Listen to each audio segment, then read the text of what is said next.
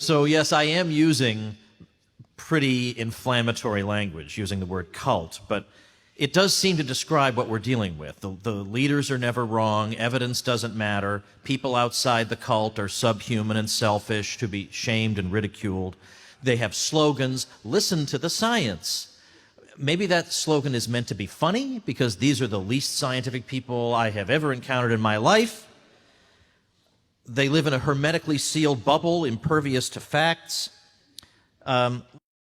Massachusetts, my home state, recently, I don't live there anymore for obvious reasons, recently saw a rise in so-called cases. And so I saw somebody on Twitter lamenting that he and his fellow Massachusetts residents had dropped the ball. All right, first of all, let's talk about cases versus deaths for a minute. A case means you had a positive test. Most people won't even notice they have this thing, okay? Those are cases. The line is cases. The little blue bars are deaths. Now, you may say, oh, Woods, that's not fair, because you know deaths lag by 2 weeks. You got to wait 2 weeks. Okay, that's why we shifted the deaths back 2 weeks, so that it would line up. So we already factored that into the graph. So when your smart aleck friend says, well, wait 2 weeks, we did. We factored that into this graph. And as you can see, there's no connection whatsoever. So do not panic about so-called cases. I don't know how it's possible after month after month after month of this that people still don't know that. But secondly, notice that this person on Twitter cannot admit that the voodoo doesn't work. It's always that the peasants didn't comply enough. If you stupid people would just obey us already, this thing would go away. Now, I understand why progressives go for that kind of thinking, because they have a superstitious belief in the powers of the state. So if the state says it can wipe out a virus, who's to say it can't? Secondly, it involves so-called experts dictating to the stupid rubes, and that's their preferred model of governance. Thirdly, it allows them to ridicule the working-class people they despise. Why, if only these backward hicks would follow the science, we'd be out of this thing already. But let's face facts. Lockdowns only delay the inevitable, and they leave wreckage in their wake. On Thursday of this week, Italy, which had a brutal and savage lockdown earlier this year, reported 428 deaths, which is the equivalent of 2,354 deaths in the United States. That's where so-called science got them.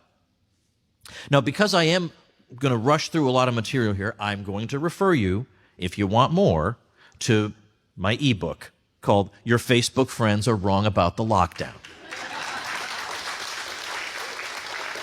Just text the word lockdown to the number 33444 and you'll get it.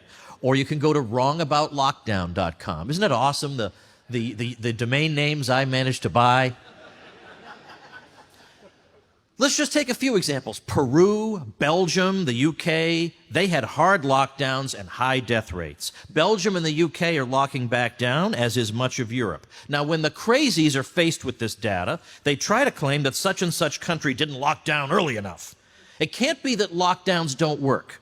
Remember, it's always that the stupid people didn't listen to the science, even though there is precisely zero science behind lockdown. Nobody's recommending lockdowns in any of the literature up to now. There's no guidebook on lockdowns. Well, the reason this lockdown didn't work is you didn't follow the... There is no rule book for lockdowns. Lockdowns weren't even a thing until 2020. And you certainly can't say Spain didn't lock down early and hard, or Italy for that matter, much as they try to.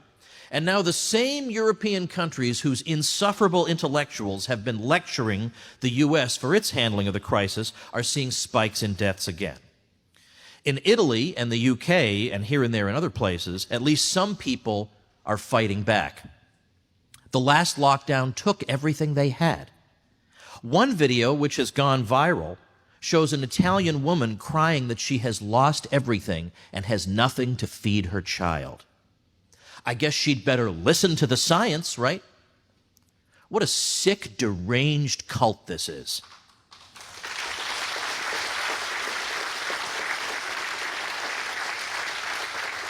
Now, the one word that is like a crucifix before Dracula to these people is Sweden. Sweden never locked down, didn't close businesses, schools stayed open, there was no mask mandate. Now, when you bring that up, you know what they're going to say. You already know. Oh, Sweden had a high death rate. That's immediately their response. Now, there are countries that locked down and ruined people's lives that had much worse death rates than Sweden, but leave that aside. About 75% of the deaths in Sweden occurred in their atrociously run nursing homes. Everybody gets that they're atrociously run and things need to be done about that. But when you factor that in, you realize that it's actually not that particularly bad of a death rate. They were told that if you don't lock down by June, you're going to have 96,000 deaths. They had 4,000 by June. So being off by a factor of 24 doesn't make the listen to the science people stop even for a second and think, maybe there's something about this virus that's a little different from what we learned in Chapter 2 of Introduction to Epidemiology. My state of Florida did not lock down during the Sunbelt spike. The doomers have no explanation for how we got out of that. This very week, we recorded the lowest two-day death total since July. That shouldn't be possible. We have the 5th oldest population in the country, tourists coming in and out, we're completely open. We should be a basket case of nonstop death if the cartoon version were correct, but no. Now, there are lots of explanations for why this should be, but no one wants to listen to them. They want to hear the same. For some reason, people are allergic to good news in this. I've never seen anything like it. And I'm going to say something else that's controversial. There are other concerns in the world other than COVID. How about that? Incredible that we should have to say that. Now, I'm going to zip through just some of the problems with lockdowns, some of the non-COVID deaths caused by lockdowns. Every single one of these is backed up with a link from a mainstream source that your friends can't argue with. So you'll get more elaboration on them on a page I made, tomwoods.com/COVID. There's a link to a blog post I did called Deaths by Lockdown, or Death by Lockdown. So tomwoods.com/COVID. So number one, in the UK, we have multiple sources saying there are going to be as many avoidable cancer deaths as COVID deaths because of this crazy nonsense. Then we have a UN report in April saying that the radical disruptions of commerce could result in hundreds of thousands of additional child deaths this year, and also 42 to 66 million children could fall into extreme poverty as a direct result. Then we have deaths of despair, drug and alcohol overdose, and suicide, estimated in excess, an excess number of those of 75,000. UNICEF warning of 1.2 million child deaths due to causes related primarily to the lockdowns. We have estimates of up to 100, this is Oxford University's Sunitra Gupta has been mentioning this quite a bit recently, up to 130 million people are at risk of starvation because of the possibility of famine caused by these lockdowns and supply chain disruptions in several dozen places around the world. Suicidal ideation is exploding in the United States. It used to be that between 18 and 24, 25, but somewhere between 6.8% and 11% of people in that group would contemplate suicide in a 12-month period. Now it's 25.5% of them contemplating it in a 1-month period. Now remember, those lives don't count. The cult doesn't care about those lives. They don't count. The CDC estimates nearly 94,000 non-COVID excess deaths this year, and this includes cardiovascular conditions, diabetes, cancer. Many of these were caused by the cancellation of allegedly non-essential care in the midst of the panic. We know from The Lancet that during lockdown, people with dementia or severe mental illness had a higher risk of excess death. Dementia patients, a 53% chance greater of death, and 123% greater chance of death among elderly patients with severe mental illness. Then finally, even the New York Times reports that as a direct result of the lockdowns, there will be, over the next 5 years, 1.4 million excess tuberculosis deaths, 500,000 excess HIV deaths, and 385,000 malaria deaths. This is the greatest public health fiasco in the history of the world, and the media has distorted it so badly that much of the general public is celebrating villains and hissing at heroes, and even, perversely enough, celebrating the destruction of their own lives and their children's lives. Now, you remember that creep Zeke Emanuel, who told us we cannot return to normal till there's a vaccine. You can't have conferences, concerts, sporting events, religious services, dinner in a restaurant, things that you live for. You can't have that. You can stay home and stare at the wall if you like, You'll still be alive. Can't have that till we have a vaccine. And he says, yeah, it's going to be tough to go 18 months, quote, without schooling and income and contact with your friends and extended family. Okay, that guy's advising Joe Biden on the virus. And what did he say? One of the important things for all your readers to look at is Italy. Italy did a nationwide lockdown. We've never gotten as low as Italy is today. We needed that kind of process nationwide. We did not have that. So first of all, we need, he says, a nationwide lockdown that lasts 8 weeks. Okay, how's Italy doing now, you bozo, right? It's exactly what everyone tried to tell you. The virus just comes back. I mean, what are you talking about? And then Dr. Fauci said the same thing. We were too stupid. When we shut down, in reality, only about 50% of the nation shut down. In Europe, 95% of all activities were shut down. That's why they did well. Okay, well, now you look at what's going on in Europe. The Daily Beast just wrote, what's particularly troubling about the return of COVID in Italy is that the country has done everything experts like Dr. Anthony Fauci have been advising. Well, what a surprise. Who could have predicted that? Except, I guess, people outside the hermetically sealed bubble who've been paying attention for the past 7-8 months. So lockdowns don't even work, except to suck the joy out of life, decimate people's savings, ruin their livelihoods, delay necessary health procedures, disrupt supply chains, thereby threatening famine, cause 2 million excess deaths from TB, HIV, and malaria, and lead to depression and despair. This should be excruciatingly obvious by now, and yet we have a shocking number of people who think this is what needs to be done, more of what failed the last time. Now, the other preferred form of voodoo, other than the lockdowns, is masks. We've been told that if only Americans had worn masks for 6 weeks, this whole thing would have been over quickly. The problem is, the charts don't bear this out. I mean, believe me, I wish masks could solve the problem. I wish just 6 weeks of that, and then that'd be great. But it turns out not so. All right, here's the UK. Now, the UK introduced a mask mandate. Let's try and guess where on that chart the mask mandate went into effect. Was it maybe up at the top? They put it in and said, okay, now we really need the mask mandate? It was there. Would you have guessed there? Could I have held a competition? See who could predict where the mask mandate was introduced? Spain, okay. Well, I bet when they got all the way up there, they said, we sure need a mask mandate. Where'd the mask mandate come in here? Right there. So the whole thing's over, and then they said, let's put masks on. Okay, let's go on. Let's go to the next one.